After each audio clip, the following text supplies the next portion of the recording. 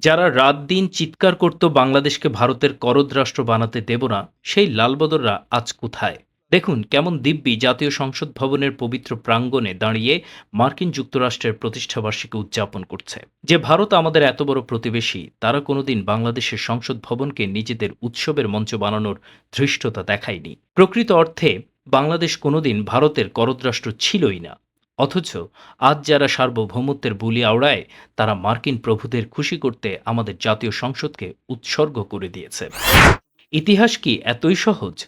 যে যুক্তরাষ্ট্র ১৯৭১ সালে আমাদের মহান স্বাধীনতার সরাসরি বিরোধিতা করেছিল, যে পাকিস্তানের বর্বরতার বিরুদ্ধে লাখো শহীদের রক্তের বিনিময়ে আমরা স্বাধীন হলাম, আজ কি দেখছি? বর্তমান বাংলাদেশ কি তবে সেই যুক্তরাষ্ট্র আর পাকিস্তানের যৌথ দাসে পরিণত হয়েছে? সার্বভৌমত্বের গল্প শুনিয়ে আজ পর্দার আড়ালে মার্কিন আর পাকিস্তানি এজেন্ডা বাস্তবায়ন করা হচ্ছে।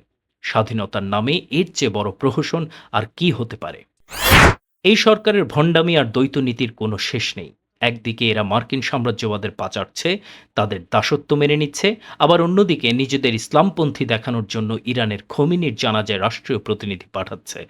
একই সাথে চরম দুই বিপরীত মেরুতে পা দিয়ে চলার এই যে নোংরা রাজনৈতিক খেলা, এটা কি কোনো স্বাধীন দেশের নীতি হতে পারে?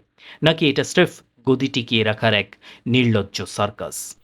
জনগণকে দিল্লির জুজু দেখিয়ে পর্দার আড়ালে ওয়াশিংটনের কাছে দেশের সার্বভৌমত্ব বন্ধক দেয়া হচ্ছে, যেখানে বাংলাদেশের জনগণ কোনো দেশেরই দাসত্ব চায় না, না যুক্তরাষ্ট্র, না পাকিস্তান কিংবা চায়না। অথচ যারা ভারতের বন্ধুত্বের মধ্যে করদ রাষ্ট্র খোঁজে, তারা আজ আমেরিকার এই নগ্ন দাসত্বকে নির্লজ্জভাবে জাস্টিফাই করছে। সংসদ ভবন প্রাঙ্গণে আমেরিকার উৎসব আসলে আমাদের স্বাধীনতার উপর এক চরম চপেটাঘাত।